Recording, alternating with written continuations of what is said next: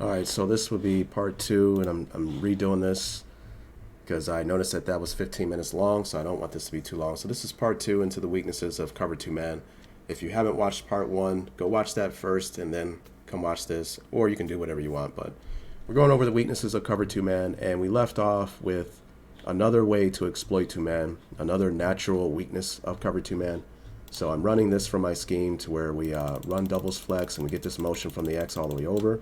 I have 3 plays off of this. You get the stretch, I have a play action play, and then I have almost like an inside zone going weak play. And that's the play I'm running here. We're going to get a touchdown here. So we're going to get a double team here, peel, get this guy, get this guy. What I like about this play in two man is he bypasses the corner and he just goes and gets the safety. Okay, and I went over why this is good against two man. This guy's going to turn and run with him. And then once he realizes that it's a run, he turns. And that's what we want. You want it to where the free player in the box or the free player that has to make a tackle, if we can make it to where it's the corner as opposed to a linebacker, you want that every single time, right? These guys are not as good as tacklers as linebackers, as we all know. So snap, we get the double team here. We get the peel off, get this guy.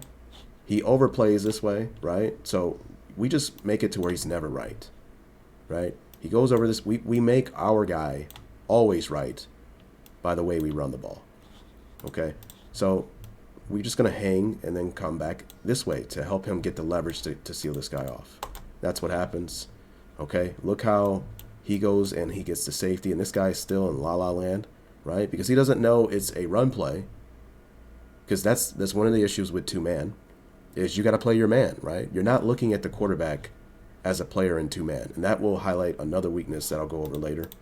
Finally realizes, oh, it's a run, right? So I like that. It's, to me, that's a lot more realistic than how Madden sometimes shows where these guys have like eyes in the back of their heads in two man, right? But I like this because that to me is a little bit more realistic, right? Leaks off and we just kind of leave him in the dust and we score a touchdown. So what weakness did we display there in two man? Well, soft box, right?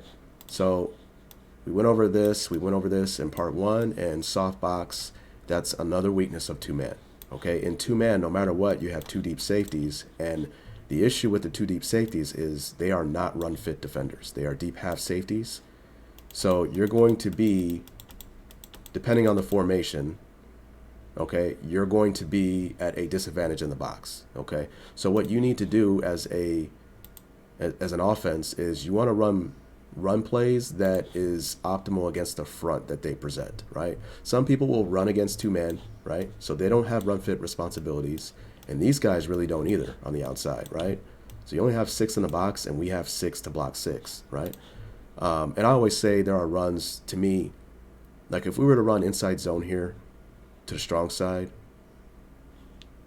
it's weird because the running strength of the formation is this way and the passing strength of this formation is this way, right? So I hate to say strong side, but we're running this way. It's really not a 6-on-6 blocking scheme, right? This is where we can just punish the box against two men, right? Yeah, it's 6v6 as you count, right? But if we get a double team here, right? And let's say we get another double team. Oh, I messed up there.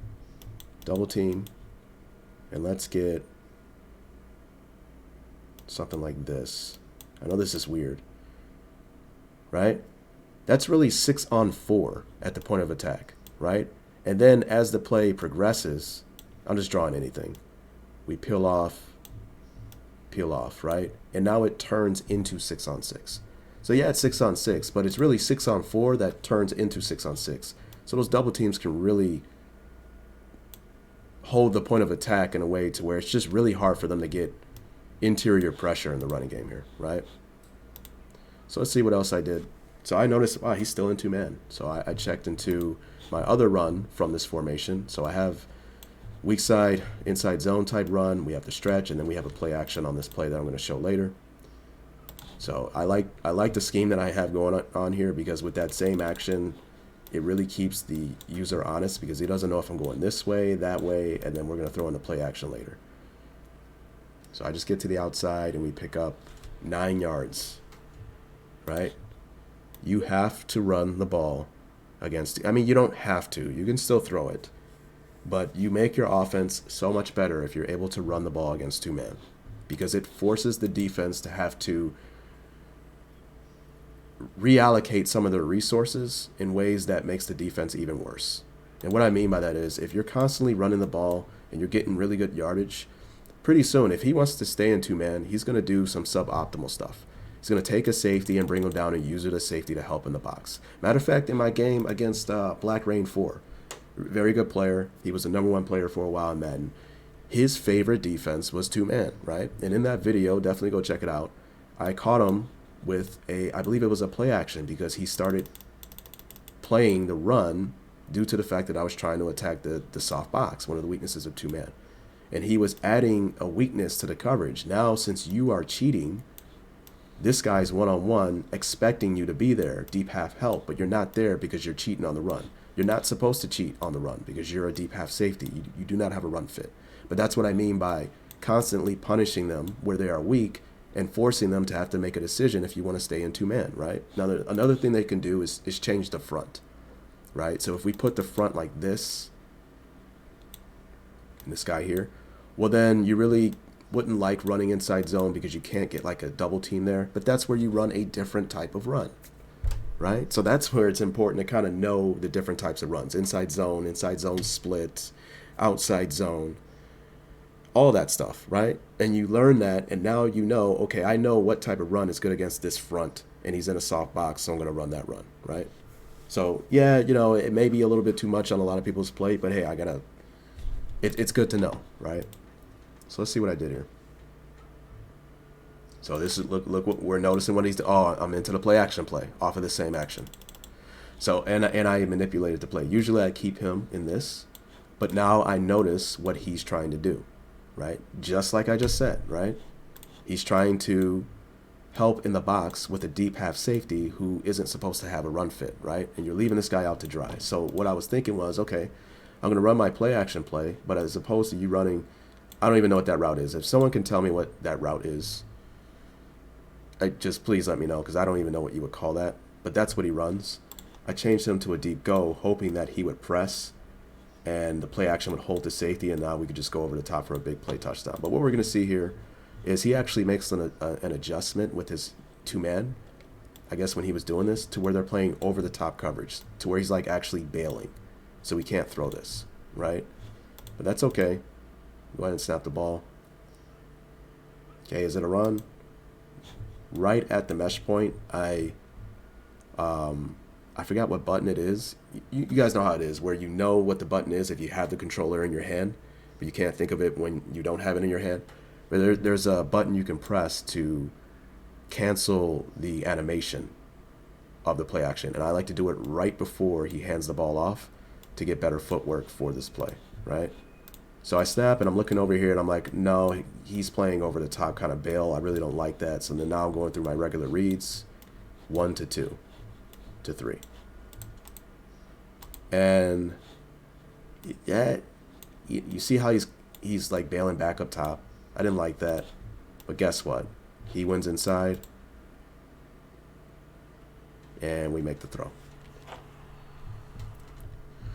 So this is why I threw that in there, cheating safeties. And I put it in purple for a reason, because this isn't really a weakness of two-man if they play it correctly, right? If you play two-man correctly, you're not going to have cheating safeties in the box, right? But I just threw this in here as a way to exploit two-man if they start doing that, right? This is where they start manipulating the coverage in a way to where now they are taking away from a strength of two-man.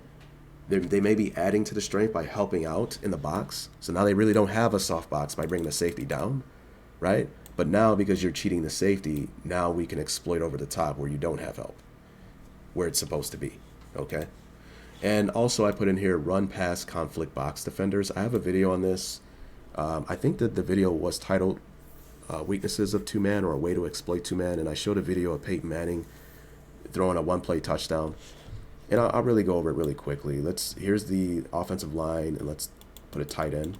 And let's put 1, 2, 1, and obviously quarterback and back. Okay, and we're playing two-man, corner, corner, safety, safety, corner, We have a backer on the back. We have a backer on the tight end. Right? Did I do that right? 1, 2, 3, 4, 5, 6, 7. Yeah, I did. Okay, and they're all in two-man. Well, he doesn't have a run fit. He doesn't have a run fit. He doesn't have a run fit either, right? But these players do have run fits. Okay, and against two-man, we can exploit that, right? We can put them into conflict. And how do we do that? With play action. You know, if we were to turn as if we're going to run the ball and you have a run fit, well, now you are playing to your fit, and we draw something up to where the tight end runs right by him. You know, and right at the mesh point, they notice, okay, it's not a run, and now they got to flip their hips and run with their man, and he has a step on him, right? So go watch that video on that. That's why I threw this in here. I didn't utilize that in this play, but I figured I'd throw that in there. All right. All right, so we move on. Yeah, I'm like, wow, this guy is still in two-man. He just refuses to get out, right? So see what I did here? Okay, I know what I'm doing here. This is a play Z shallow cross, and we have an alert in this play for a big play. And let's see if you can catch it. You probably watched my video on Z shallow cross. I need to be a little bit quicker on the trigger there. There it is. So, I mean, I'm starting to like this little type of videos, because if you think about it, you should be able to look at something like this and figure out, okay, where do I think is the best way to attack with this play against two-man, right? And it's right here, right? Because if you think about it, we are trying to get this little rub concept here to where we can kind of get players running into each other, and we might be able to hit a honey hole shot here. And what I've shown in this play is there's something going on where when the number 2 goes to the flat right away and he comes inside, this safety hangs inside as opposed to squeezing on the sideline, which allows us to kind of get a really big time throw here on the wheel. So that's what I'm looking for here. Unless I went through all that for nothing. Okay, that's where I'm going. All right, and you saw that little rub there? He barely ran into his player, and we don't get it, right? We didn't get this, so, I mean, I guess it's good to see. You're not going to get it every single time, right? So you got to go through the progression. The progression is read as 1 to 2 to 3, okay? And I didn't like 2 because, as we see, the user, I don't know why he's, oh, is he the safety? I missed a big play here. Wow. This is cheating safeties. I didn't see this. I did not see this. He moved at the last second. Oh, in Mutt, I have my left guard. He has an ability to where you know where the user is. And it is invaluable, I'm telling you, right? But I didn't use it on this play. Stupid me, just assuming that this would pop open, right? This is a cheating safety. He comes down, and this guy's expecting help over the top, and that throw is there, and I didn't see it. I did not see it. So I was looking over there, and we got a nice little rub, but he stays over the top, so he plays great defense. So now my rules in my play is 1 to 2 to 3, and that's probably why I didn't see it. And that's one of the weaknesses of progression reading plays. I've gone over this a couple of times. There's strengths of progression read plays, but then there's weaknesses, right? And there's strengths of pre-snap reading and post-snap reading, and there's weaknesses of that as well, right? The strength in progression reading plays is your opponent could be disguising coverage, and it really doesn't affect what you're going to do post-snap, right? So it's not like you're going to make a mistake due to reading the wrong guy because you're just going through your progression. The weakness of progression reading plays is you can leave a big play out on the field, and I did it right here, right? I did it right here because my alert wasn't open, so now I'm going 1 to 2 to 3. 1 wasn't open, 2's not open, and then my eyes went to 3, right? And I didn't like anything. You're going to see me roll out. And that's the problem with progression reading plays. You leave a big play on the field. If I was utilizing a pre-snap, post-snap read with this play, maybe I would have saw that knowing that he's cheating underneath, right? So that's, oh man, that makes me want to cry, but it's okay. We also get into, we have Dan Marino, who can't throw out on the run, which is insane. But there's another weakness of the coverage. And I put this in purple too because this isn't something that you should base your attack on, but contain of the quarterback. That can be a problem in two-man. Because again, all of the defenders are running with their men up the field, right? When you're in cover 2 zone, you have 22 eyeballs on the quarterback, right? Let's draw vertical hook, middle linebacker inside, line, 2, 1, 2, 1, back. Okay. Oh, man, I messed up, but whatever. Okay, so you're playing cover 2 zone. You reroute, right? Vertical hook, up the middle, vertical hook, reroute, deep half safeties, right? Everyone's looking down at the quarterback. You're not chasing men around the field unless you're matching and stuff like that. So I hope you know what I'm getting at. As opposed to when you're in man with all of those players, okay? These guys are turning and running with their men, right? So your eyes are on these guys and not the quarterback. And that's where you can get into a problem with containing of the quarterback, where they get everybody going upfield and the defensive line don't properly hold their lanes. Quarterback breaks contain, and now he's able to go for a big run. Now, the problem is I have Dan Marino. He's not going to do anything with that. He also can't throw on the run. Pure pocket passer, but that's another thing to think about when dealing with 2-man. So here, oh, okay. So this is where something was funky here. And I'm like, this doesn't seem like 2-man because they don't look like they're playing inside leverage. So I had a feeling that he was switching it up because of me attacking his 2-man over and over again. I thought he was going to play some type of robber coverage. So I checked into a play to where it attacks 2-man on one side and it attacks single high on one side. And what I'm going to do is read this player. Okay, you guys know this play, levels divide. Go watch my video. If he stays in the deep half, even quarters, then I'll stay on this side and work it. But if he plays deep middle or underneath, then I work the single high side. But he actually runs 2-man, right? He comes down, so my eyes are already over here. But as my eyes get over here, I notice he's still topping both of these routes. So I'm like, okay, he's just doing something weird over here. But when I notice that you're not pressing and you're playing like over top, I know that I can throw that comeback pattern. So that's one of the weaknesses of playing like over the top coverage. Underneath routes like curls, comeback patterns, etc. So I just check into a run. Again, soft box, and look at how we get 13 yards on a simple run. Down here, I just wanted to work my matchup there with Reggie Wayne over there.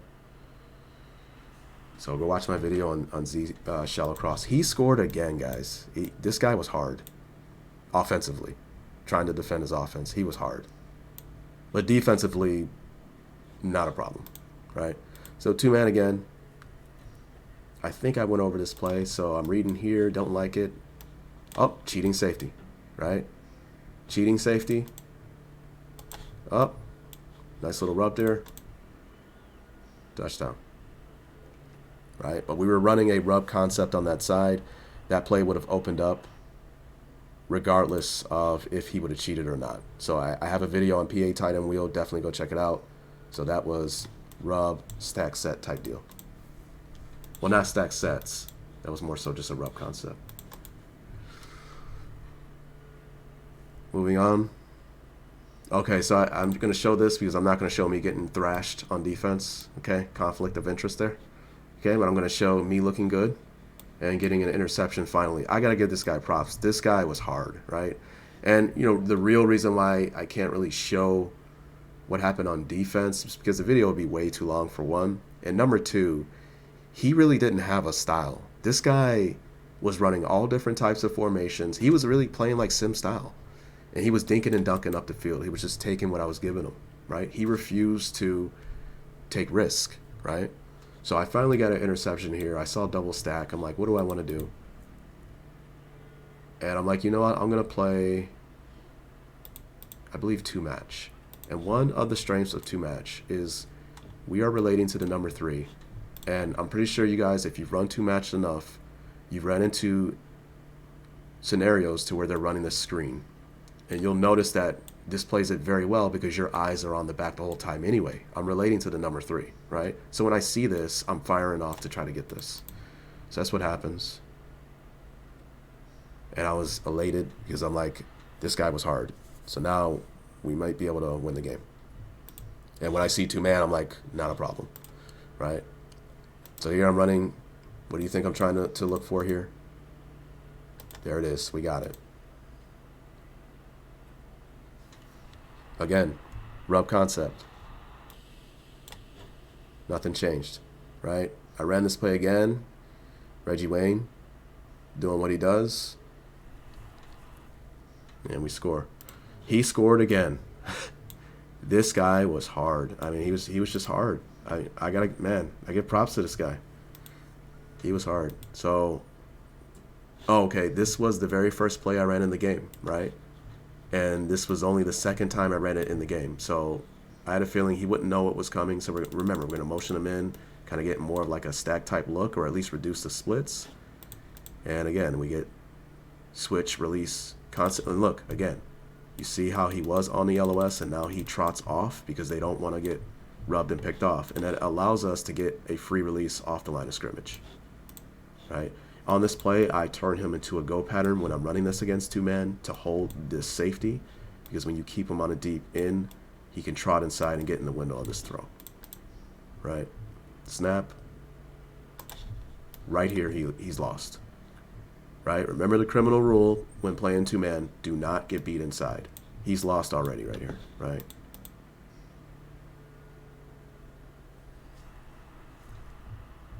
You get a big play. So where does that go? Oh, I put man-to-man defenders inside. Okay, so I know why I put that. Another weakness of two-man. Maybe I'll wait until I show something here. Oh, so now he goes cover 0. So I got to go back real quick. I won't make this long. Okay, right here. Okay, another weakness of two-man is these defenders here. Okay. If you are a corner, okay, it's so much harder to play nickel corner, in my opinion, than to play outside corner, especially when you call a call like two man. Maybe not if you play cover one man with a robber, right? It's probably a little bit easier to play this player here. Well, actually, it would be, because he would be outside leverage and he has help to the inside, right? But in two man, these players, it's just so hard to play, and that's because. Think about this player. First of all, I don't know why he's outside leverage, so I don't know what my opponent was doing. He should be inside leverage here. He's playing against the framework of his defense by doing that. But whatever, right? I mean, we could take a look at this. Why is it horrible? Think about it. For this player to play outside leverage in two-man, right? Let's draw a line down the center of our player. Okay. What an offense wants to do is create space, and what a defense wants to do is constrain space. Okay, that's essentially what you're trying to do, okay? And where is there more space for me to run routes? Definitely on the right side of that line there, right? There's way less space for me to run routes to the outside, okay? So with you as a corner, knowing that you have deep over the top half help anyways, you should be playing with inside leverage in two-man here 100% of the time. There is not an instance while playing two-man that this guy should be outside leverage, ever. Unless you're doing something funky to where you're making like a trap play, but then you're really not playing two-man, where you're going to play man outside, giving the illusion that the inside is open, and this guy's like playing inside leverage on that route, and you're like doing something funky where I'm man, like something crazy, right? But then that's not two-man, right? But in two-man, he should never be outside leverage. All right, so I just added like a whole 5 minutes to a video just because I saw this. Anyways, so if he played properly, it's so much easier for this defender to play in two-man against this receiver as opposed to this receiver, this corner, right? Because if you draw a line down the center of these two, there's more space. Obviously, there's still more space to the inside, but there's more space for me to run to the outside as well, right? Okay, so you have like a three-way go that you have to be worried about with the number 2, right? Now, if you play with inside leverage and you take away the inside, this is where the out against two-man theoretically should be really good from the number 2. Like the Ohio concept. Oh, man, this is getting bad, guys. Okay. We're getting into rock, paper, scissors. Use the timestamps. I'm just really bad. And this is what frustrates me about Madden. Okay, I've always given this analogy because it reigns true with Madden every single year. Okay, you have a perfectly balanced game in rock, paper, scissors, right? If I were to take scissors out of the game, okay, Well, then you make rock infinitely weaker and you make paper infinitely stronger because the counter to paper is not in the game. So I can just throw paper the entire game. And the thing that rock counters is not in the game, right? So why should I ever throw rock, right? That's a dumbed down analogy, but we're going to get into that with this right here, right? If we're playing two-man here, one way a team can exploit this, we know you're playing inside leverage. We know you want to take away the inside because it's criminal to give away the inside while playing two-man, right? So why not run the Ohio concept where I'm going to run an out, right? Your inside hip, he runs the out, just make a good throw, it's there, right? And we make sure, I believe they call it MORE. Like they have different acronyms, right? M-O-R-E, must outside release for the receiver, right? When we're running this concept, you must take an outside release because we want this corner to be ran out of there, right? Okay. That's the Ohio concept. Go check out the folder in Madden and look at the Ohio concept, okay? Now, running it in Madden, what I've noticed, I haven't ran it in forever. And the reason why, at least against two men, is because Madden has it wrong, I believe, in how they play it. This guy plays that out route so well to where it's like the concept that is designed to attack two men doesn't work, okay? But here's the layering compound problem with that, okay? Because let's just pretend it does work the way it should, right? It should work. And your opponent runs two men, right? You run Ohio concept on them. So then they're like, okay, what do I do against that? Okay, well, maybe I'll check into cover two, zone, and I'll play like a hard flat or whatever, right? Well, the problem with that is when you align in that, well, now I know you're not in two-man, so I'm not going to run the Ohio concept, right?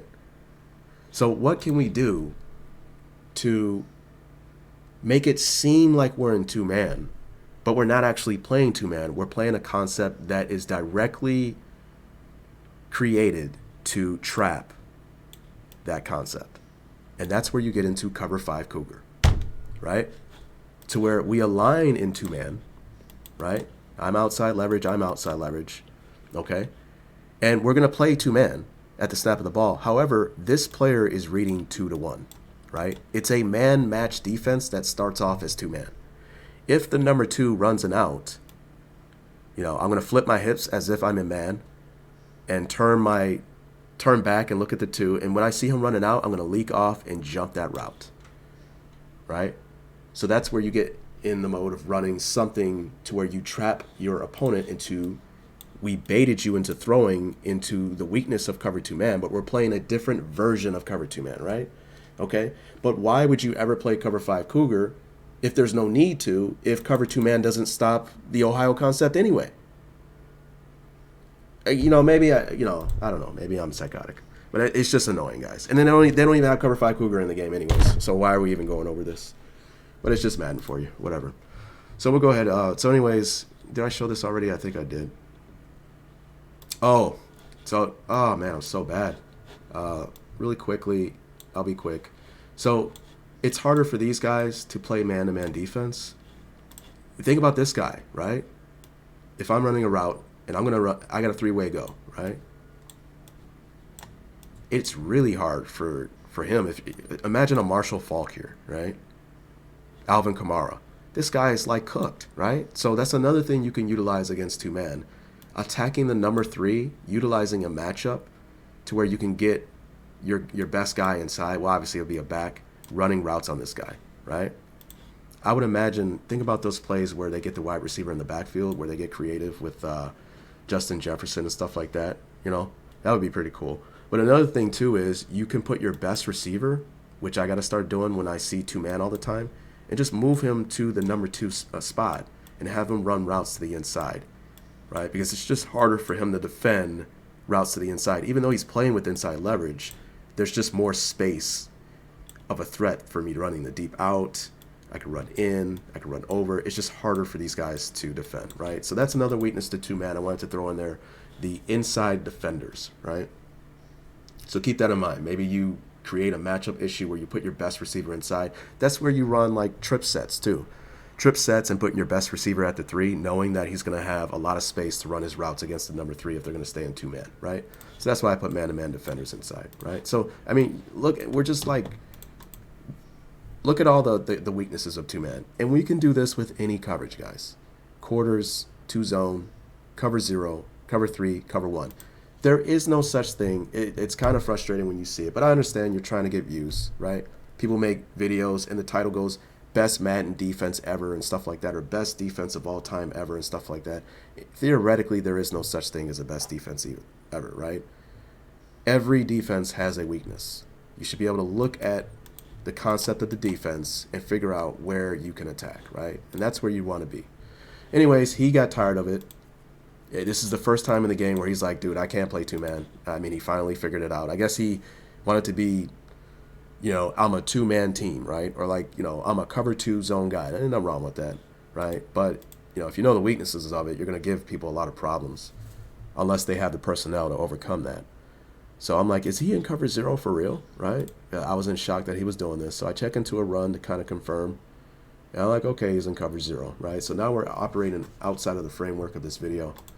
Now I'm going to run a concept attacking cover 0. This is my wide receiver post play that I'm going to check to. I'm going to motion him in, get into 7-man protection due to the front that he's presenting. And we're just looking to attack deep on the deep post. Unless he was playing over top, which is why I put him into a curl, right? So what I'm doing with this play is I know that you're playing cover 0, but I don't know if you're going to press or play over the top, right? So at the snap of the ball, I'm going to look at him the whole time. If he turns and plays over the top, I'm throwing the curl. It's going to be wide open, right?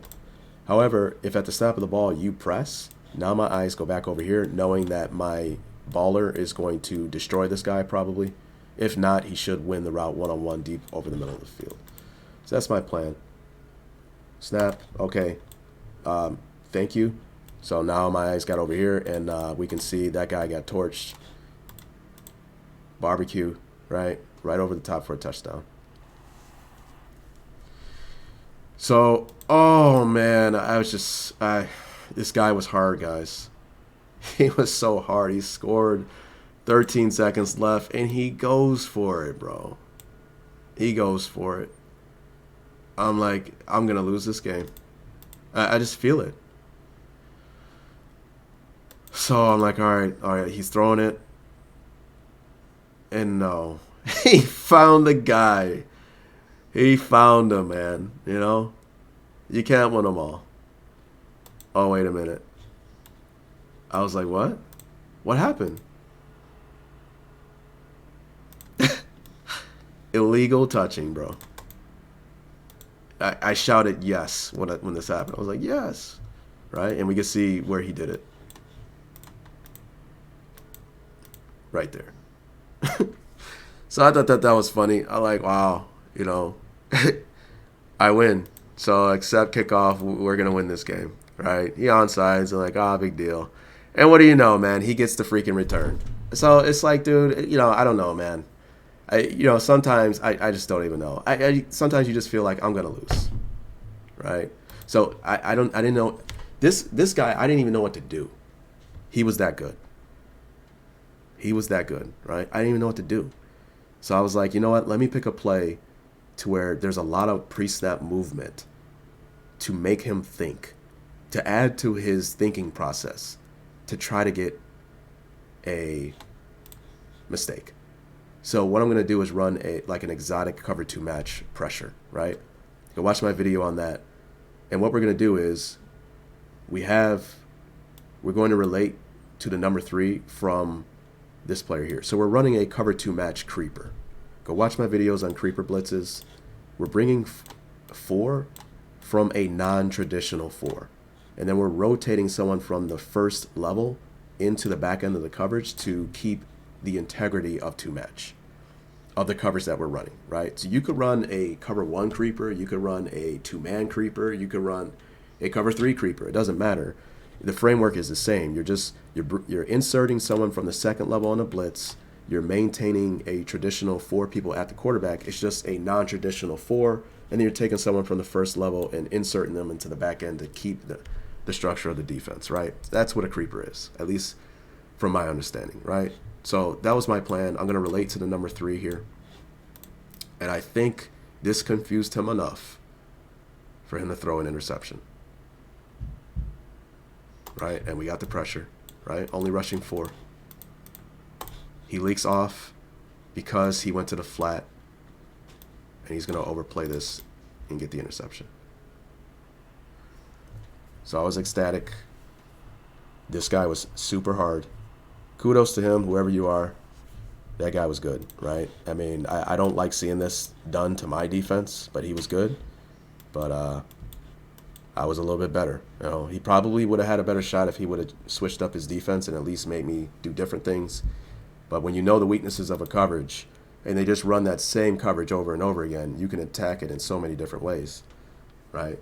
The one thing I think that you could overcome with that is a ferocious front 4, right? Because sometimes if you have a front 4 that can dominate, it doesn't matter that you're running a coverage that we know where to attack. We just don't have the time to do it, right? Then we have to resort to like quick game stuff to do that.